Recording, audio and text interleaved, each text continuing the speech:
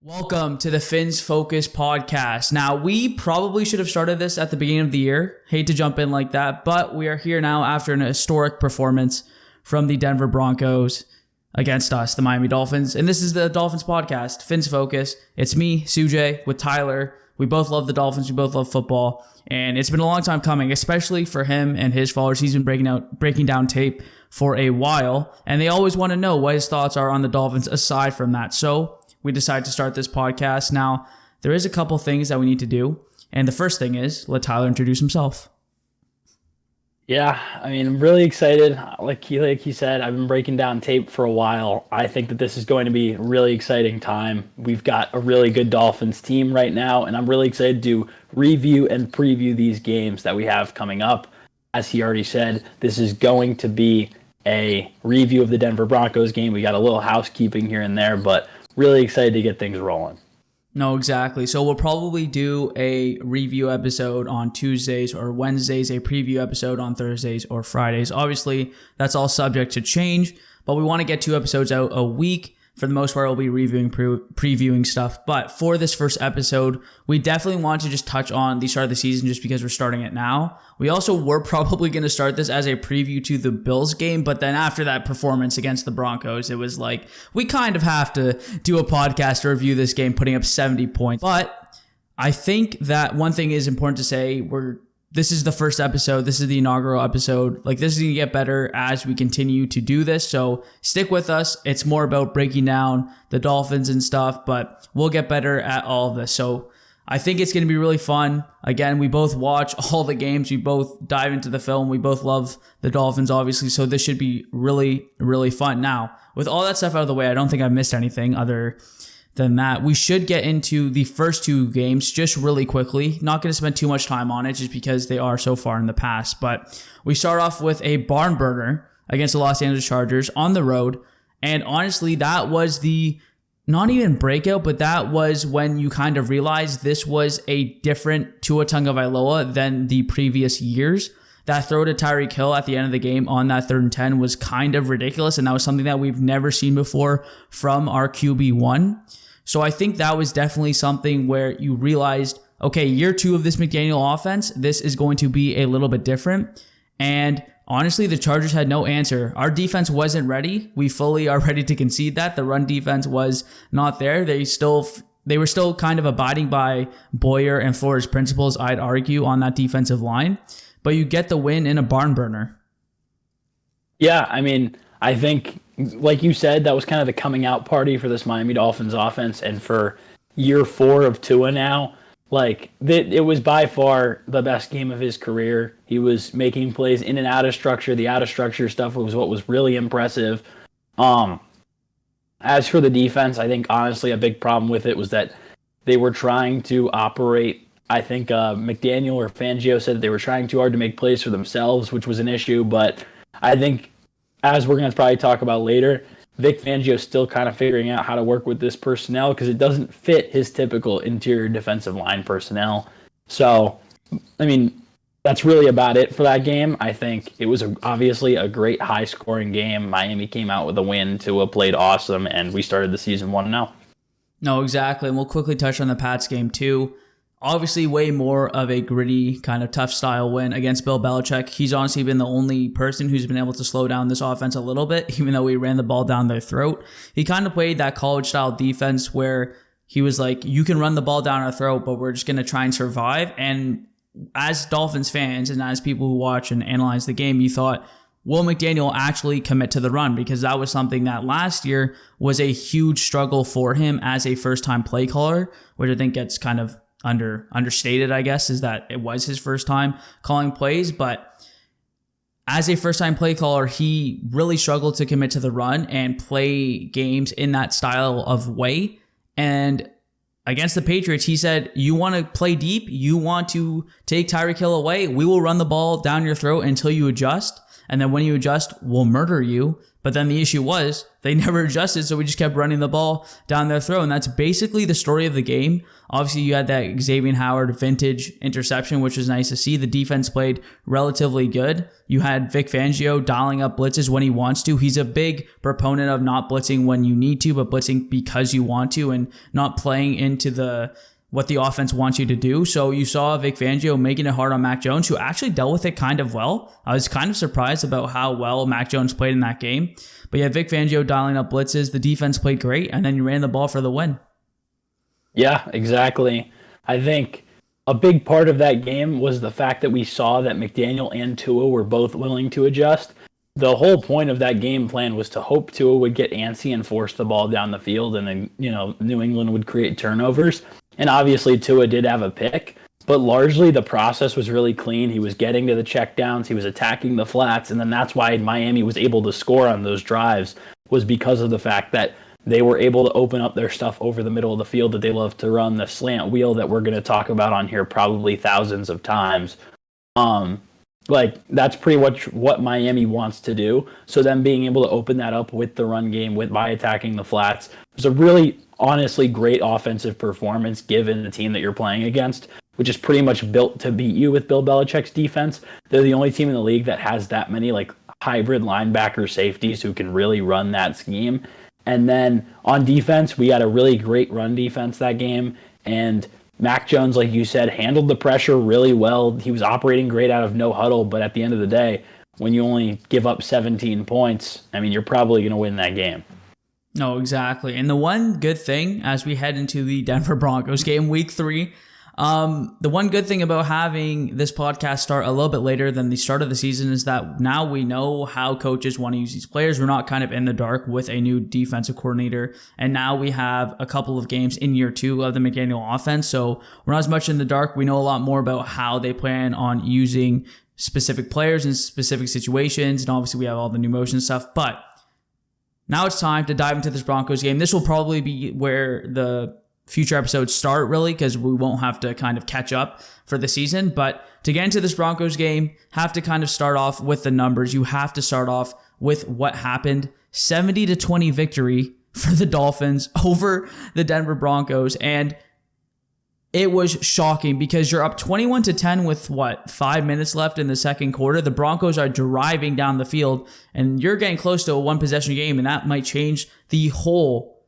rest of the matchup. And now we have a historic where you could have, if you wanted to, set the record for the most offensive points. I believe we did set the record for offensive yards. We definitely were the first team to have 5 rushing and 5 passing touchdowns in the same game, 10 total touchdowns for 70 points. It was ridiculous. And honestly, the most surprising thing about that game, Jason Sanders made every kick.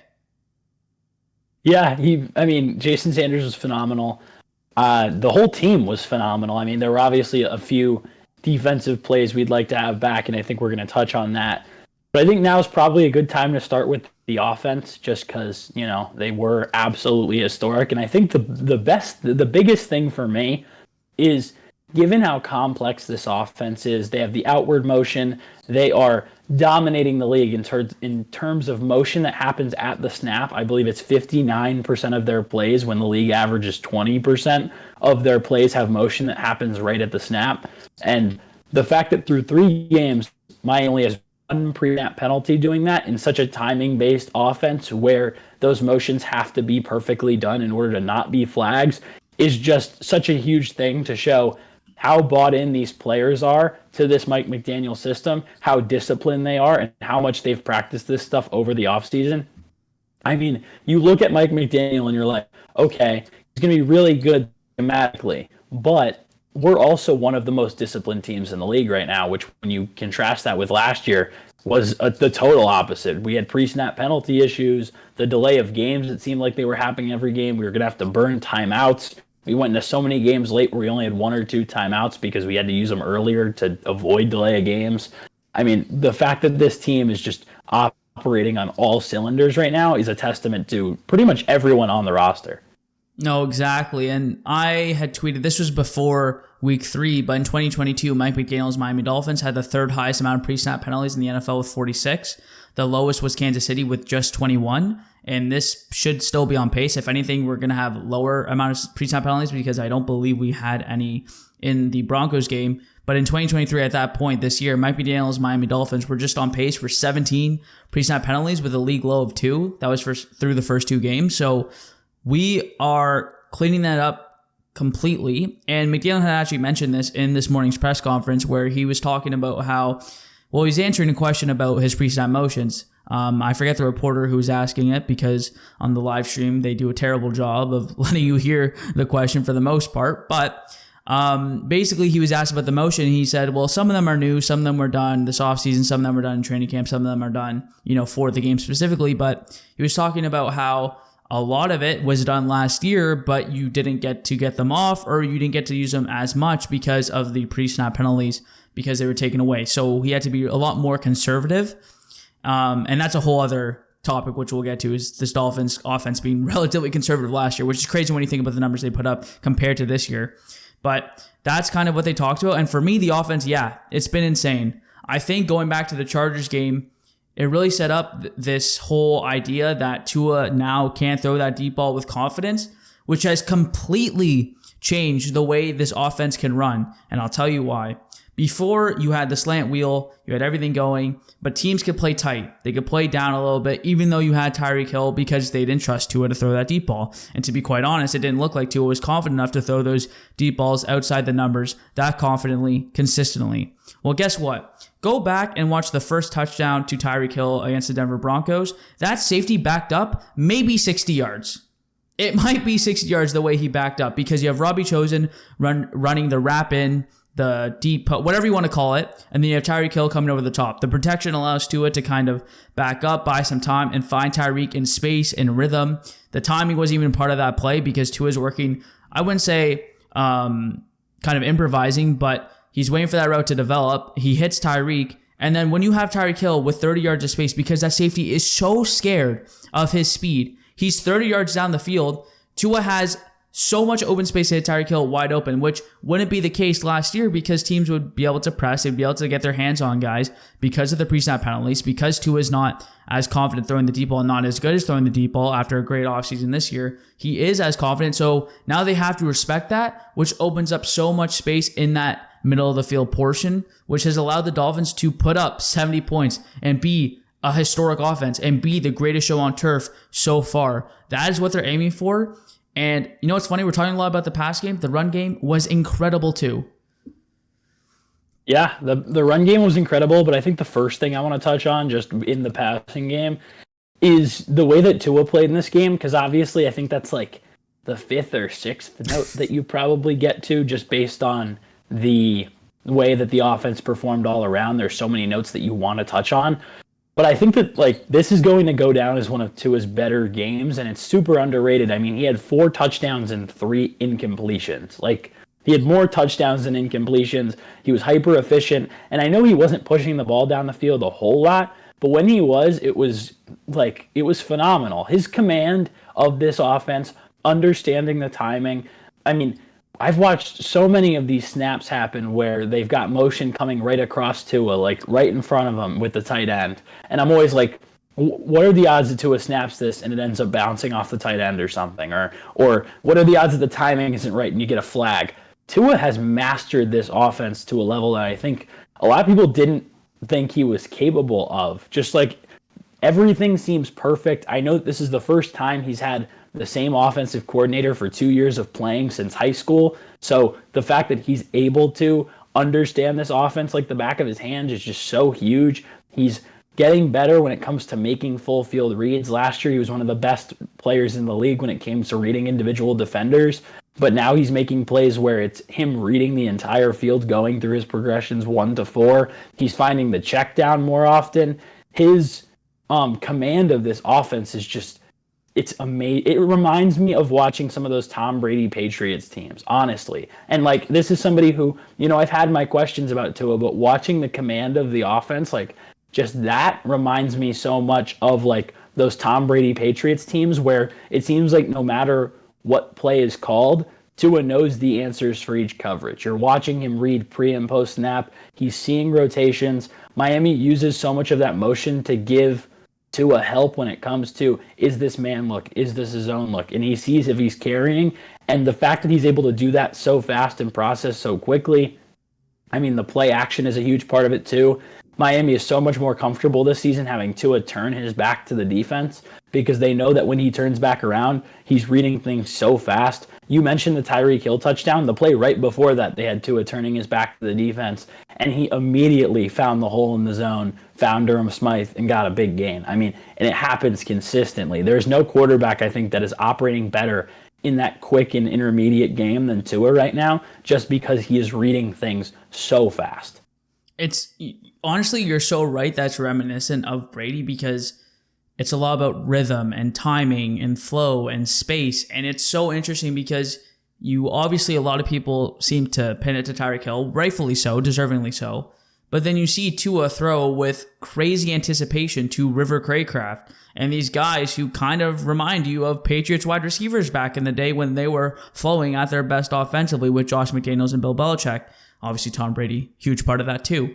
And you see Tua where when he's dropping back and when he's releasing the throw, River Craycraft is not out of his break yet. And honestly, you have a safety closing down, but the timing and the rhythm and, again, Tua's mastering of the offense, the mastery of the offense, is allowing him to put the ball in such a place where Craycraft is there. He knows it's coming. Tua has got to a point in this offense in the second year where instead of learning it, now he's mastering it to the point where you have the ability to put up 70 points. And again, you have the ability to do whatever you want. And just as a reminder, we didn't have Jalen Waddle in this game. It was Braxton Berrios. It was River Craycraft. It was Robbie Chosen, for that matter. I think it's awesome to see Tua do what he's doing, especially considering, again, so much credit goes to Tyreek Hill, and a lot of people who dislike Tua like to give Tyreek all the credit, which again, he should get a lot of it. But Tua has been balling without him. The anticipation is insane. I think he might be the best anticipator in football right now. I don't think I'm crazy for saying that. I don't think you're crazy either.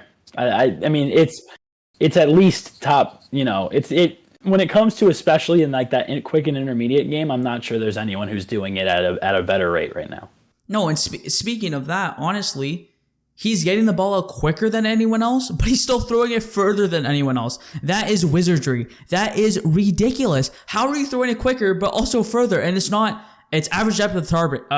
Jesus Christ. It's average depth of target. It's not like the yak is everything. Also, we're getting a lot of yak too. Trust me, the offense is firing on all cylinders. But it's average depth of target, and it's time to throw. He's getting the ball out at a ridiculous rate because the offensive line now has also gone to the point where they're getting a great push initially. And Butch Berry, Mike McDaniel, Frank Smith, all these guys have this offensive line playing in such a way where you are comfortable with Tua, who has his injury issues, putting his back towards that pressure. You have the ability for Tua to not be a guy who is an improviser in a way where you can have him stick in the pocket, where he has a little bit more time. And when you have protection and time with Tua, like Tua obviously is getting the ball out quick. Time to throw is great. But what the first Tyreek Hill touchdown, again, when you have the time to get a second layer where Tyreek looks like to be, obviously we don't know for sure, the second progression, and he's so deep down the field, that is ridiculous. How are you going to stop that? I don't know. Yeah, that Tyreek play, I think, is a prime example of it because the whole point of this Miami Dolphins offense is you have a quarterback who is elite at finding space in defenses. Whether it's making a full field read or not, the reason that they feel so comfortable with him operating off of play action and RPOs is because those create space, and Tua excels at finding and attacking space. And that was exactly what that play is. They had Tyreek Hill running what looked to be like one of those like first window, like skinny posts almost, where you want him to throw it. You want Tua to just kind of throw it on him. You see Tyreek Hill slow down coming out because he's trying to find space. And then as he's coming across the field, the safety who is on the side of Robbie Chosen just came completely down and decided to, attack the middle of the field because they know that Miami loves to attack the middle of the field. And Tua sees the space behind him and throws it right behind them. Like, there's no quarterback right now who I think is in a better situation for their skill set, but also maximizing their skill set. Miami is their quick game feels like it's 15 yards down the field because teams are playing so far off that they can just keep attacking the intermediate space. And then when Tua has to make a tight window throw, he's been phenomenal. I mean, you mentioned the fact that there's no Jalen Waddle in this game. I think Tua's played 18 passing attempts or something like that without Jalen Waddle or Tyreek Hill on the field this season. And if you incorporate those into those like EPA graphs, he's off the charts. Even the times where he doesn't have those guys on the field, he's still absolutely dominating. He, like I said, his command right now is just on a whole nother level. His accuracy is phenomenal.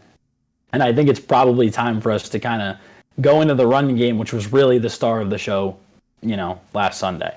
Oh, 100%. You have Devon Achane, 200 yards, 4 touchdowns, 2 of them receiving. You have Raheem Mostert, again, 4 touchdowns. That is ridiculous. You have 8 touchdowns from 2 of your running backs. I mean, by the numbers, it's insane.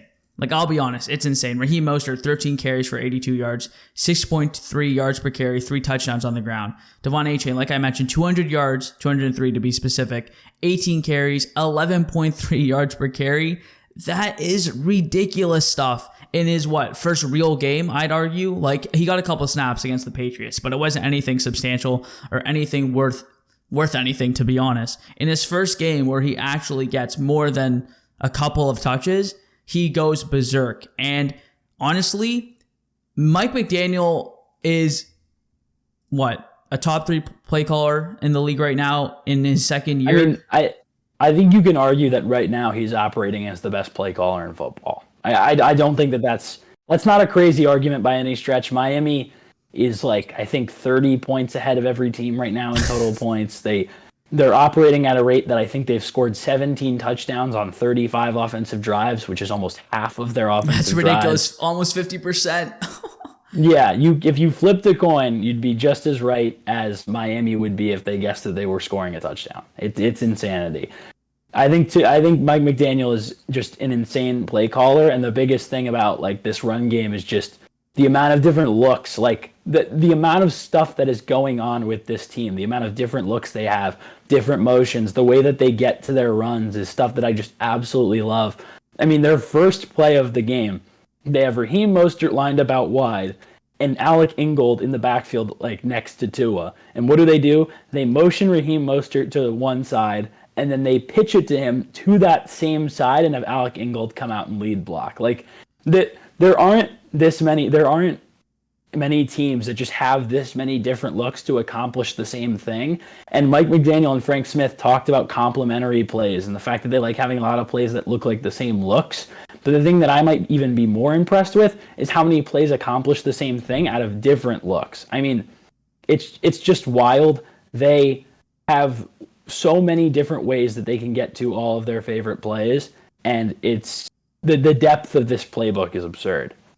It's so hard to kind of say it in a way that's that's a way that you can really communicate the way it works, because so much of it has to do with personnel. So if you're a defense, you see them coming out in 21 personnel, but then you see Raheem Mostert line up out wide. Again, same play that you're talking about. But then you see him motion into the back of the backfield. Then you have a pitch or a toss, whatever you want to call it, with Alec Ingold sprinting around, who, by the way, well-deserving extension for him because he is such an important piece of the offense. And that's easy work for them on the outside when you have Raheem Mostert running behind Alec Ingold already in space.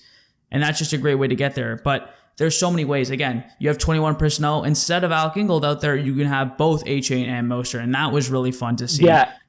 And that's something that I honestly really wanted to touch on because of the fact that everyone's talking, hey, Devon Achane had a great game because of the opportunities that Devon Ahmed left for him.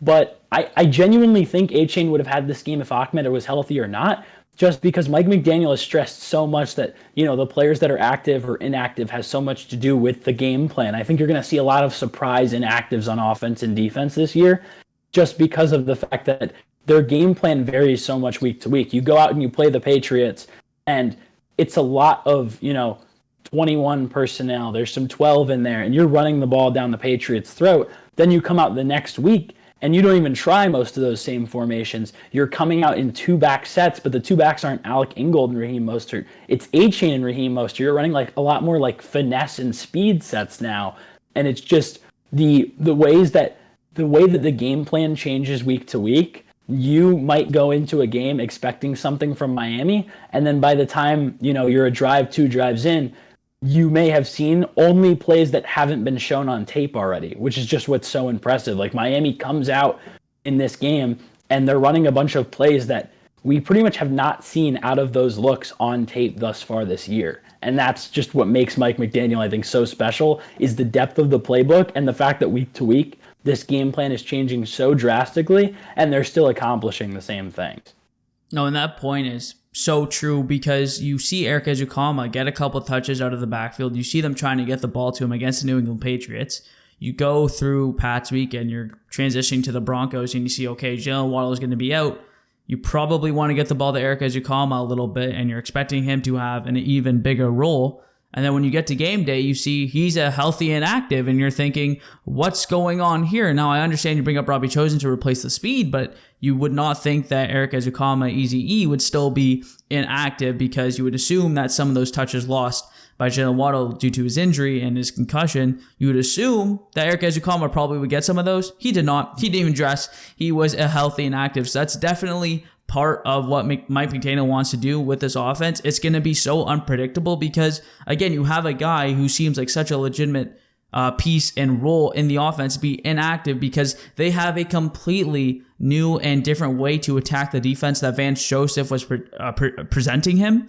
And yeah, it was just incredible to see. The run game looks awesome. I mean, you have so many different ways to attack, especially with all the speed. Letting Devon Achane from A&M get drafted to us is kind of ridiculous. I mean, you add another guy who runs in the 4-2s, the 4-3s to this offense. It's like you could have a formation realistically where you have Tyreek Hill, Jalen Waddle, not Salvin Ahmed, sorry, Devon Achane and Raheem Mostert on the field. That is so much speed, and with the way that Tua and with the speed of Tua's processing and the way he reads and the way he throws so quickly, it's all happening so fast that how do you expect a defense to react when one of those receivers will have a running start with these jet motions? Then you have, with those jet motions, the defense has to communicate who's taking who. There's just so much that the defense has to worry about, where miscommunications are common when you're playing the Dolphins, where so many guys have to communicate so many different things before the snap even happens, or once the snap happens and you have these ridiculous play calls where you have all the speed. How do you expect a defender to read and react to that before, Tyreek gets down the field, where he has literally a 30-yard radius and there's no one within him, and that's Tyreek Hill. Mike McDaniel's cooking up some crazy stuff. Yeah, he's just been phenomenal. I mean, I know that we've just been kind of fawning over Mike McDaniel to start this, but I mean, there's a good reason for it. Right now, like I said, he's probably the best play caller in football at the moment. So, yeah, he's operating at a high level. And somebody I just want to touch on before we kind of get away from the run game, I guess, is Raheem Mostert, I think, is playing at a level that I don't think it's possible to name 5 backs who are playing better than Raheem Mostert right now. And I've had my fair share of concerns with Raheem Mostert. I think last year, he struggled breaking tackles. His rushing yards over expected was one of the lower marks in the league. There were times where he was getting stuffed in the backfield. And I remember hearing Cameron Wolfe and Raheem Mostert both talking about this, that Mostert put on, I think it was 10 to 15 pounds of muscle before the season. And that made me very excited. Now you're watching it and you've realized he's put on all this muscle. He hasn't lost any of the speed, and he's so much better at getting downhill. He's breaking tackles at an absurd rate. And don't get me wrong, the Denver Broncos had a bad tackling day, but every team, the first 3 teams that we've played, Raheem Mostert has excelled when it comes to breaking tackles. He's just been phenomenal. I love his ability to get downhill. We already knew the vision was really good, and we knew that his ability to pick up speed was great. But now it's just like he doesn't even have to put his head down. Guys are just flying off of him. He's a lot bigger. And having a back who is playing like that makes this offense just so much more dangerous. Like I said, I'm not sure there's 5 backs in the NFL who are playing better than Raheem Mostert right now in his age 31 season. Yeah, and for me, I was a Raheem believer. I was totally against going after Dalvin Cook. I was still for acquiring Jonathan Taylor because I think he changes the way defenses have to play you. But I was such a Raheem believer, and I was thinking, obviously, it's nice to go and get Dalvin Cook. It's nice to go and get Jonathan Taylor, but we don't need them. They don't move the needle for me. And now you're seeing Raheem Mostert adding a little bit of weight, becoming what could be, and fortunately for him and this offense, he doesn't have to be. He could be a 3-down back.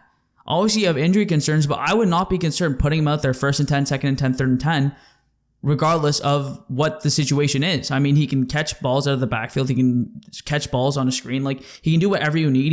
He's good enough as a pass blocker. I think he's gotten better and better at that as he's gotten older and kind of realized what he has to do to stay on the field. But I think he could be a 3-down back, and he's just been awesome. You saw a lot of flashes in the last couple of games, the second regular season game and the playoff game against Buffalo. He was really the reason we were in both of those games. So you kind of saw it starting to matriculate into what this could be. And now that you have, which we're about to get to, which is perfect, the offensive line playing at so much better in year 2. You have so much, like, basically in year 2 of the offense, the run game has taken such a step that you realize, okay, now these guys aren't learning the offense. Same thing kind of similar to Tua. The offensive line isn't learning the offense. They're starting to realize the mastery of it, checking at the line. This offensive line, bringing in Isaiah Wynn instead of Liam Eichenberg at left guard, when you have Teron Armstead, Isaiah Wynn, Connor Williams, which besides from the snaps, his pass protection and run blocking is fantastic. Like, if you took away snaps from the center position, which I know is dumb, he'd be a top 5, top 3 center. Robert Hunt might be one of the best guards in football. And then you have Austin Jackson, who surprisingly is becoming slightly below average, which if you told me that, I'd be pretty excited about that. He's becoming at least a piece on the offensive line. So when you see in year 2 this run game kind of take over, it's not as surprising to me, just because they weren't getting a lot of opportunity. And again, it wasn't there. It wasn't there in terms of knowing the offense to the point where you can trust and rely on it. And now you see again in that Patriots game, and obviously in this game where you run for 300 yards, 350 yards, it's taken the next step.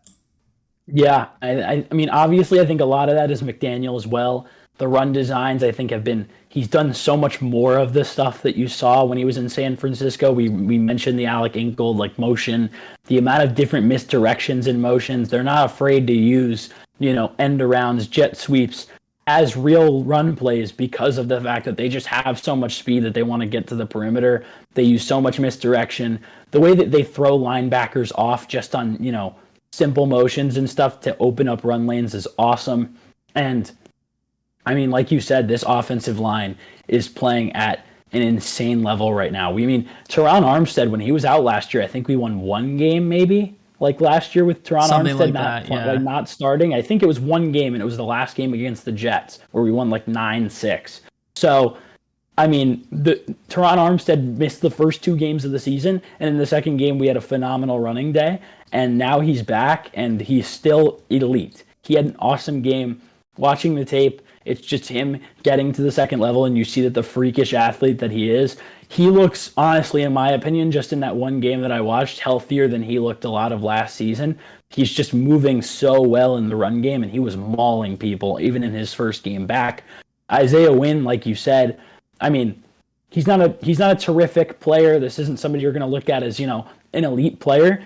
But considering the fact that you have 3 guys right now on your offensive line who are blocking at a top 5 to top 10 level right now, the other 2 guys in Austin Jackson and Isaiah Wynn don't have to be elite players, and they've done their job really well. Isaiah Wynn has not been bad in pass protection at all. There's stuff in the run game that you'd like to see him improve upon, but right now, Miami's offensive line is operating on all cylinders. Connor Williams, like we said, the snaps are an issue, but man, it's so hard to be mad about the snaps when, I mean, obviously he had some rough reps in this Bronco game. He had a couple holds. One of them I don't think was, a great call. However, he had a couple holds, but overall he has just been one of the best run blockers at center in the entire league, and his pass protection is pretty good too.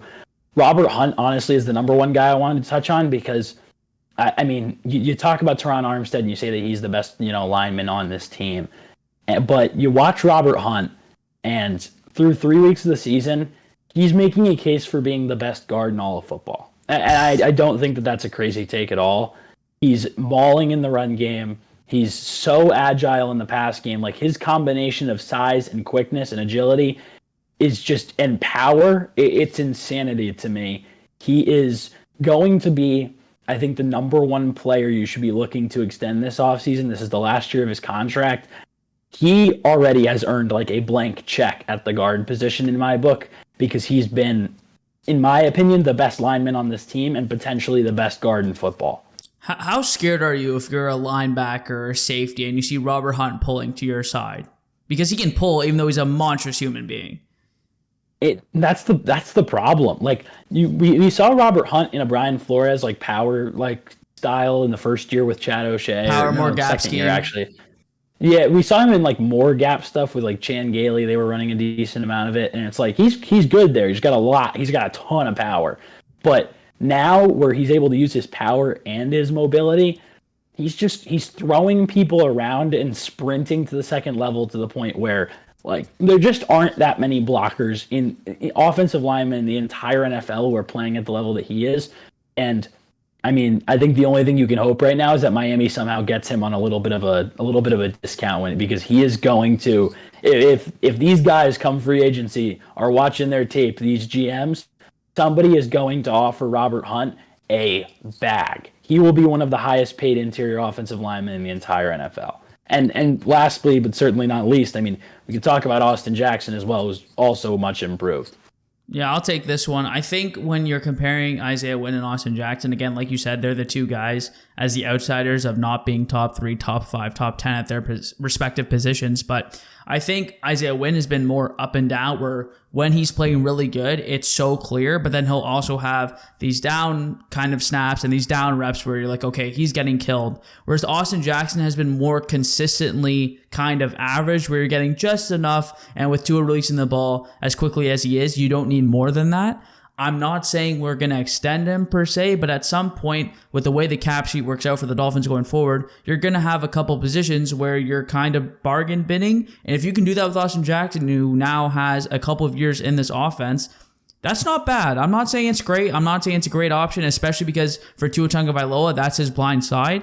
But if you can get him for the cheap and the low, that's a guy who you could have as a placeholder at that right tackle position. And again, you will have to spend cheap money at these positions at some point in time. So I think that wouldn't be the worst case. But again, like I said, Isaiah Wynn, way more up and down, whereas Austin Jackson has been way more consistently average to slightly below average. But again, in this offense, that's all you need, especially when you're playing beside Teron Armstead, Robert Hunt, and Connor Williams.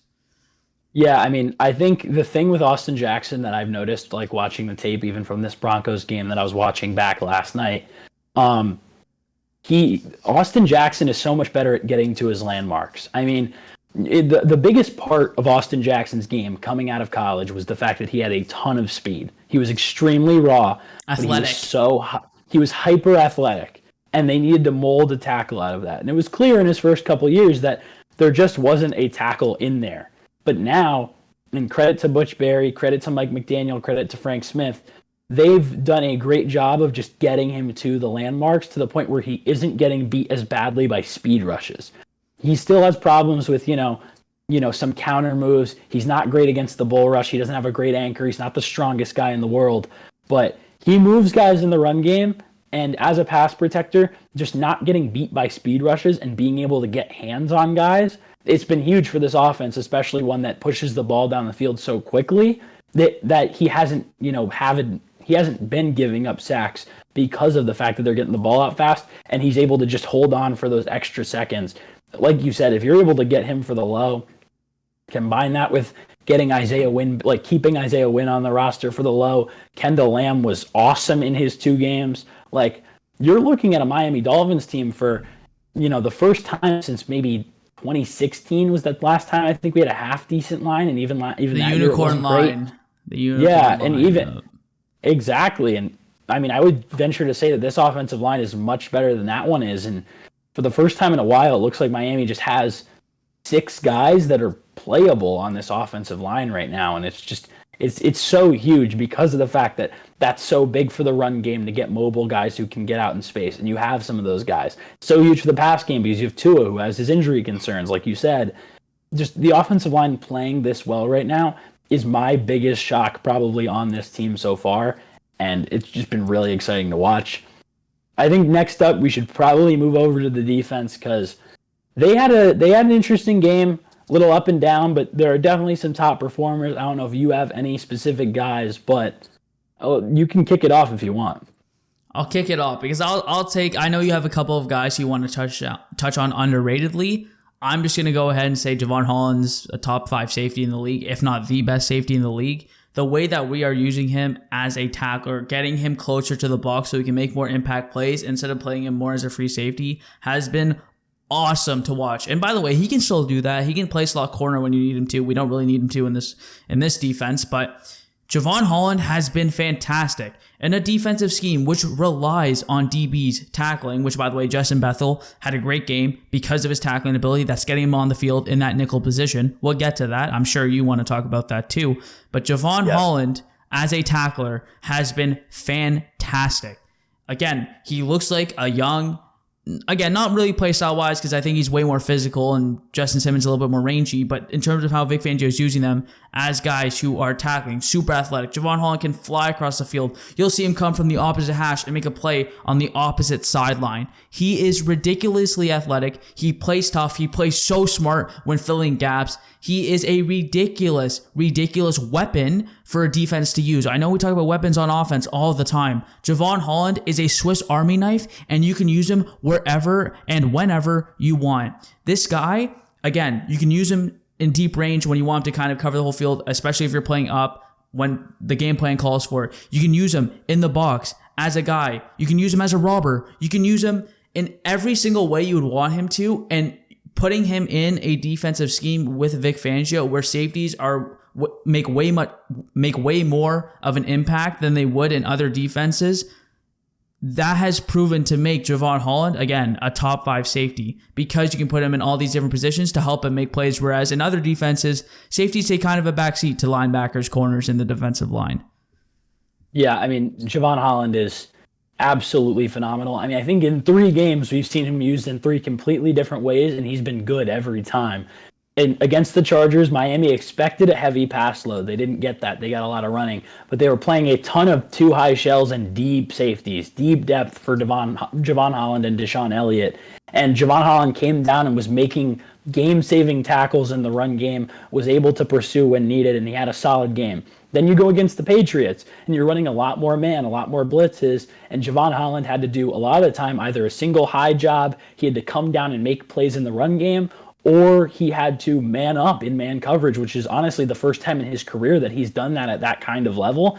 And he was phenomenal doing that too. He wasn't letting up much in one-on-one coverage against tight ends. He was doing fantastic there. His run game pursuit is among the best of any safety in the entire NFL. He can come from depth, like you said. He can play in the box when need be, and he's amazing at both of those. And then in this last game, you saw him do more as a single high safety and, having him down in the box as well, just kind of pursuing and tackling. He made a bunch of really nice plays in the run game. And I think the biggest thing is now you're seeing that ball hawk turnover guy, like, ability coming out of him because of the fact that they had him manned up on tight ends and he was swatting the ball away. He had a great play where he was at depth, but it was like off man coverage, and he came up, rushed through the ball to the tight end, and you would think it would be easy yardage because the tight end found space, sat down, but Javon Holland came out of nowhere and punched the ball out for a PBU earlier in the game. And then after that too, he had 2 punch outs like Charles Tillman. He was just knocking the ball out of guys' hands.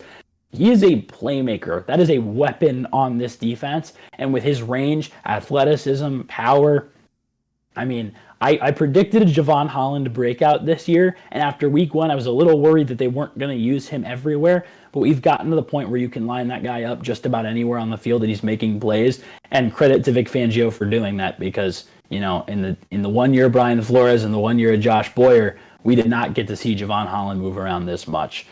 And if I'm gonna move on a little bit, his running mate Deshaun Elliott might be one of the most underrated players in all of football right now. He's playing deep safety at an extremely high level against the Broncos. They had him running single high safety, and I didn't know that he had that kind of range. Whenever Russ would throw a deep ball, he was over there. He did a great job when they needed him in man coverage. He's another really sure tackler.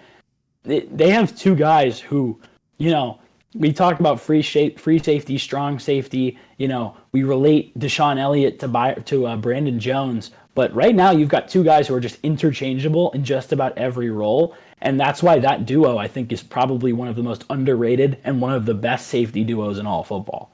No, exactly. And I was and still am a big Brandon Jones guy. And you think, okay, at some point he's going to get some run here. But the issue is Deshaun Elliott has played so good. He's not even letting the opportunity to get Brandon Jones on the field. I mean, you would say, okay, if Deshaun Elliott has a down game, you can get Brandon Jones in there, but he's not even letting, it's almost like, when you're seeing the crack in the door and you're saying, okay, he might be able to slip in there. No.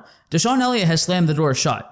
There's some sort of analogy in there. I don't really know what I'm saying, but I think people get it. Deshaun Elliott is not letting, you're coming from. Yeah. Deshaun Elliott has slammed the door shut in Brandon Jones' face and saying, this is my defense, and these are the two safeties we're rolling with. Because again, right now, Brandon Jones had improved in coverage for sure, and I love him as a downhill player, especially as a rusher. But again, it kind of feels like he fits more of that Flores and Josh Boyer. I didn't want to think of his name the way he was playing, but and Josh Boyer's defense. But man, Deshaun Elliott, I remember in the offseason when we picked him up, I was like, okay, this makes sense. He's a very willing and active tackler as a DB. But you are so right. The range that he is showing off is ridiculous. And it's not something I thought I had in his game. Again, back in the offseason, when you sign him, especially for so cheap, it was basically a veteran's minimum at that point. But basically, we sign him, and I'm watching him, and I'm thinking, okay, this is a guy who can play opposite if you need Javon Holland to play single high. You can have him go down and be that tackling sort of safety. More, again, in the box, more for the run. But, like you said, because you want Javon Holland, who is better because he's a top 3 safety in the league at pretty much everything, you want him more involved in the play. So you need a safety who can go back and play single high, deep, cover from range, play from depth.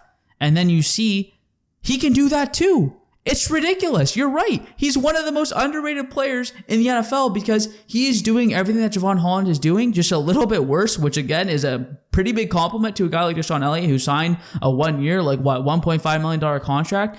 He got nothing. That man got pennies. And I know there was some injury history, but it's just, I mean, that's one of the biggest steals. Like we were talking about how you got to re-sign, Austin Jackson, Isaiah Wynn, Kendall Lamb for low money. Those are the kind of deals that you that turn good teams into Super Bowl contending teams. The Deshaun Elliott deals, the David Long deals, this is the kind of stuff that we've been waiting so long to see Miami do.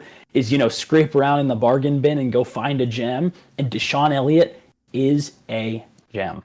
Speaking of safeties, we might as well move to corner now. And the first thing I'll say is, remember, we're doing this without Jalen freaking Ramsey. Speaking of things that turned contenders into legitimate Super Bowl contenders, Jalen Ramsey has yet to play. It was awesome to see him running around on the field when Kader Kohu made a play. But going to the CBs, honestly, I don't have a lot to say about Xavier Howard. He's doing exactly what you expect him to do.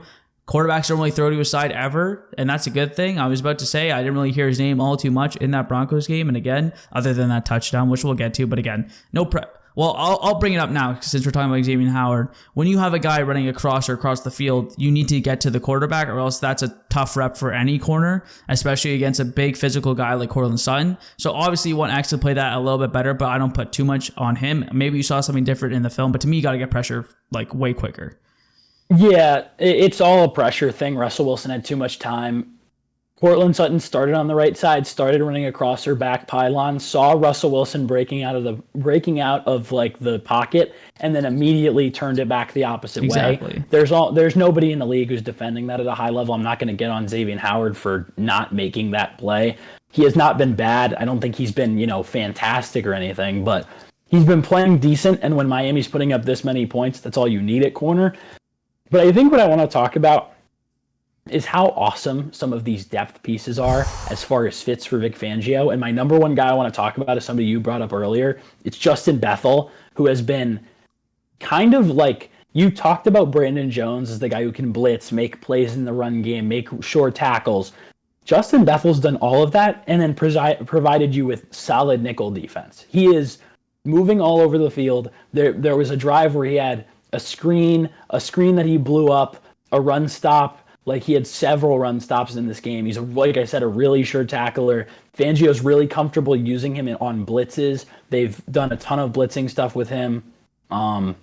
He's got, like I said, he's playing solid man defense when need be in nickel and dime. And I really think, again, that's another little bargain piece that you have that has really just absolutely shined in the absence of Jalen Ramsey, because, that's probably the odd man out in this cornerback room when Jalen Ramsey comes back healthy. But the fact that right now Justin Bethel is playing at such a high level, I know he has special teams value, and he's just making tackles, blowing things up. These guys are all perfect fits for what Vic Fangio wants to do. We just talked about Holland. All of the stuff that he does, phenomenal. Deshaun Elliott, playing out of his mind right now. Justin Bethel. And then Kader Kohu, who does not miss tackles, can blow up in the run game and pass game.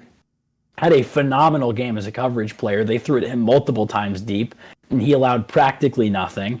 Kader Kohu, inside or outside, is one of the better cornerbacks in the NFL, and that doesn't even take into account that he's an awesome tackler, and I think that's what makes this whole back end such an awesome fit with Vic Fangio right now, is that you've got 4 guys in Bethel, Kohu, Holland, and Deshaun Elliott who are just, they're not missing tackles. And with the interior defensive line, not playing its best right now and not necessarily being Fangio fits, you need good tacklers at the second level, and Miami's tackling has been phenomenal at the second level. Oh, it's been a complete change from, again, when you see our defenses from the past years where guys are missing tackles all over the place. That's been a complete change. And I just want to touch on 2 things. So yeah, Justin Bethel, we already knew how good he was as a special teamer. Obviously, to be a good special teamer, you have to be a good tackler. He's great as a gunner. And then you see Vic Fangio use that skill set that he has because he's uber athletic. Again, for a pretty old guy now at this point, he's a veteran. I mean, you see him playing in the nickel where you're not playing him outside where he has to cover in space or anything. You play him as a guy playing him to his strengths. You're letting him tackle. You're letting him be the physical guy more on the inside where you don't have to do as much as you might do on the outside. And speaking of that, the fact that Vic Fangio already trusts Kader Kohu, a UDFA from last year, to play every rep on the outside when I'd argue he's even better on the inside because of how good of a tackler he is. Again, that's ridiculous. He trusts him so much. Kader Kohu has probably been the best DB aside from Javon Holland on the team, maybe aside from Deshaun Elliott too, because Elliott's been awesome. Those are the top 3 definitively, and they've been 3 of the better players in football through 3 weeks of the season. This isn't just, they're playing good in comparison to the rest of the Dolphins team. They're playing great in comparison to the rest of the NFL right now. No, exactly. And then you have a guy, again, Kader Kohu, who already has gained Vic Fangio's trust to play on the outside. That tells you all you really need to know, and he's been playing great. Again, we already talked about a very willing, very aggressive tackler. He has that dog in him. I know we're more about technical analysis, but he has that dog in him. He loves. Oh, he does. He loves making tackles. He flies across the field, and again, to pick him up as a UDFA. Again, you talk about our 3 best defenders right now. Javon Holland's on a rookie contract. Deshaun Elliott's making 1.5. I don't even know how much Kader Kohu's making as a UDFA salary, if I remember correctly. So whatever that is, it's probably under $1 million, which is ridiculous. Yeah, Kader Kohu is in the modern NFL a $10+ million player, and he is probably making under $1 million. It's one of the best. Like, these are the kind of values that Miami needed to have, and I understand that was a Josh Boyer pickup. He's on a 3-year, $2.6 million contract. Yeah, so he's making what, 900, 800K? Yeah, like 800 to 900,000 a year. That is ridiculous, and that's a steal. That's pretty much all I want to talk about the corners. They've been playing awesome. Again, you have Vic Fangio where you allocate a lot more resources against the pass. The whole goal of the Fangio defense is to kind of survive against the run. Not even survive, but just be average against the run. But you really want to shut down the pass, again, with that shell where quarterbacks have to diagnose post-snap for everything because you're getting the same look every play. And obviously, we know DBs are so much more involved in the tackling game because you're allocating so many more resources to the pass. The defensive line's whole idea is to force runners to get horizontal so that the DBs can make plays in the run game. And after week 1, where that was a struggle because the defensive line, the linebackers, the whole defense really didn't understand that concept of getting guys horizontal and forcing them to be a little bit slower to allow DBs to make plays. 3 games in, 2 games since that first game, you're seeing a lot of improvement in terms of their checks and what they want to do from those spots. You see they're understanding it more. There's a lot less miscommunication on the back end when they're doing that stuff. So great to see from the DBs. As we move inside again, the linebackers have been awesome. Now I'm going to separate, and we'll get to Bradley Chubb, Jalen Phillips a little bit later, just because I think they have their own kind of role. But then you have three guys in Jerome Baker, David Long, and Andrew Van Ginkel who have been playing amazing. The only reason I put Andrew Van Ginkel in that kind of group is because after week one, you're thinking they're going to play him as a stacked off-ball linebacker. That's kind of interesting, and he didn't have a great game. Then, and we'll get to them too, you play him as a rusher against the Patriots because Jalen Phillips is out, which allows you to play David Long full-time in the nickel and in the 3-4, and Van Ginkel has looked awesome. And that's a guy who we brought back so late in the offseason cycle and in the free agent process. That's a guy who was brought in almost as an afterthought. I mean, when we signed Malik Reed, I remember saying that probably means the end of Andrew Van Ginkel in Miami. Vic Fangio says, let's go and bring him back. And now he's been what? He's been so integral to this defense. And honestly, I could not imagine our defense without him. He's been phenomenal. I mean, in game one, they said that Vic Fangio said that he earned base, or I don't remember if it was nickel, or I think it was nickel reps over David Long. Like he was already playing, like, you know, getting starting reps as an off-ball linebacker in his first year doing the job. Then you see him absolutely just dominate the Patriots, and now he has another really good game as a rotational player. Again, like another just steal from Miami to go pick him up for pretty much nothing and just have another guy who can go make plays. And the rest of the linebackers have been solid too. David Long's gotten caught in the pass game a couple of times. You know, they don't want to have him there. They're ideally, you know, they want a Van Ginkel there. They want Jerome Baker there and just kind of have them man the underneath. They've caught David Long in the pass game a couple of times. Jerome Baker's gotten caught in the run game a couple of times. But the thing is, you have two guys who are good at different things. And then when you have the safeties on the back end to cover it up, it hasn't been that much of an issue. Yeah, I mean, you're right. David Long does get caught out on the passes, but man, the way he fits runs, oh my God. It's not reminiscent of Atlanta Roberts because unless it's an inside run play, he's not giving you anything. But the way that David Long diagnoses blocks and stuff, his range it's awesome. As a linebacker, he moves, because the thing is that all of these teams, if you watch, like me watching the tape, even the Broncos, the Patriots, the Chargers, the one thing that they did is they all ran away from David Long. Their goal was to run to the opposite side, run out of Jerome Baker. Yeah. And David Long so many times would scrape across the field and go pursue the run game and make a tackle. He's so good. And I feel like that's a player that, again, not getting a lot of credit, and another guy who got a lot less money than a lot of people thought he would.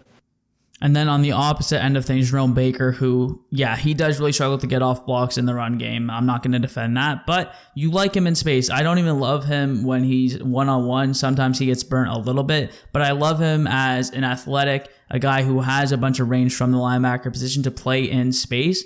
So, and in this Fangio defense where linebackers are required to run sideline to sideline, you have a guy in Jerome Baker who can do that. Again, like we said, he struggles against the run, but fortunately you have David Long. So they kind of give you two different things. Obviously in a Fangio defense, you want two guys who are more kind of do it all in a way. But again, those guys are the best in the business, so it's kind of tough to do that. But you have two guys who give you two different things who can add to that. But getting to the edge rushers, Jalen Phillips, obviously we haven't seen too much of him, so not trying to say too much about him just yet, although we're hoping that he's going to be back this week, and we'll touch on that in the Bills preview later this week. But Bradley Chubb has had a lot of questions to answer, and going back to that Patriots game, man, he had an enormous performance. He was a little bit quieter in this Broncos game, again, more just because the offense was doing so much. Honestly, the defense wasn't even required to do all that much, and then you're forcing the Broncos to pass because they're down 50. And then at that point, how much can you really do as an edge rusher when Russ is trying to throw the ball super quick and just get the ball out?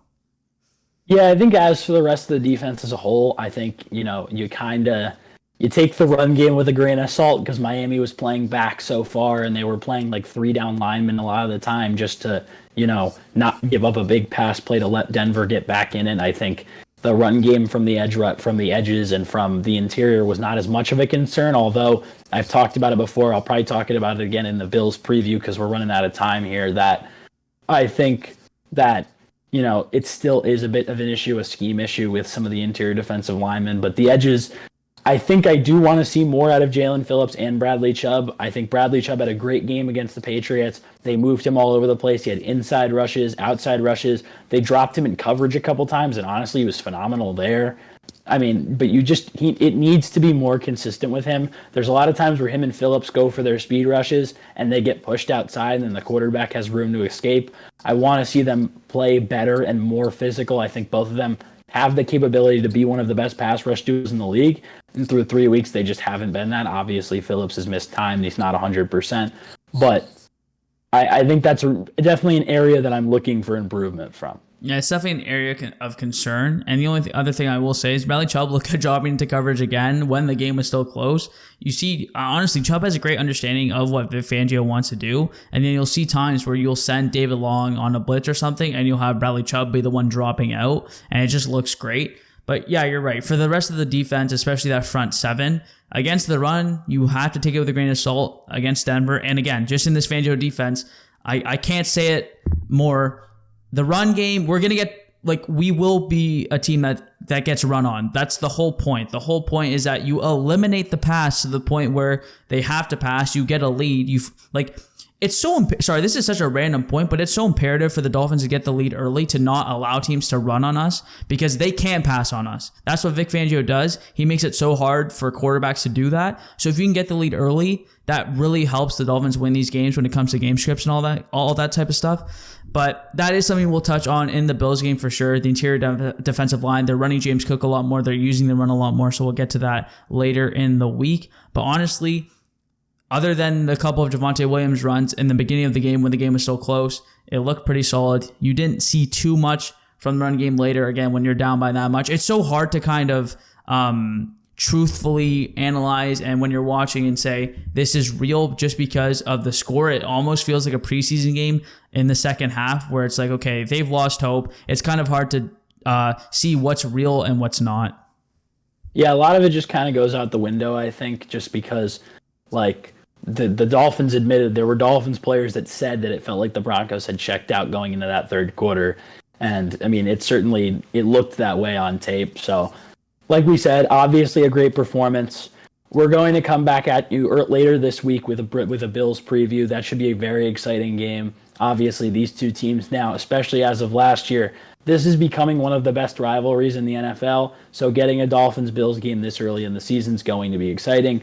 Do you have any notes you want to touch on, or can we wrap this up? We should wrap this up. Make sure you follow and subscribe. So we have the Twitter page going. Follow us. I'm at Made by CJ. He's at Descena Sports. So make sure you follow us on Twitter. Make sure you follow the FinsFocus pod account on Twitter as well as subscribing here on YouTube. And I'm sure we're going to get this up on Spotify and iTunes and Apple and all that stuff. We'll get all that sorted out. Definitely going to be up on YouTube every week, though. So appreciate you guys for listening. Again, it's going to get better as this goes. This is the first, episode, but really excited to get this going. And then the Bills episode should be awesome because we have the two best offenses in terms of points per game going at it. You have a team that's firing on all cylinders offensively in the Dolphins versus a defense that's been pretty good for Buffalo. They just shut down two teams in a row. So we'll get to that. Don't need to jump ahead. Make sure you follow, subscribe, and thank you so much for listening.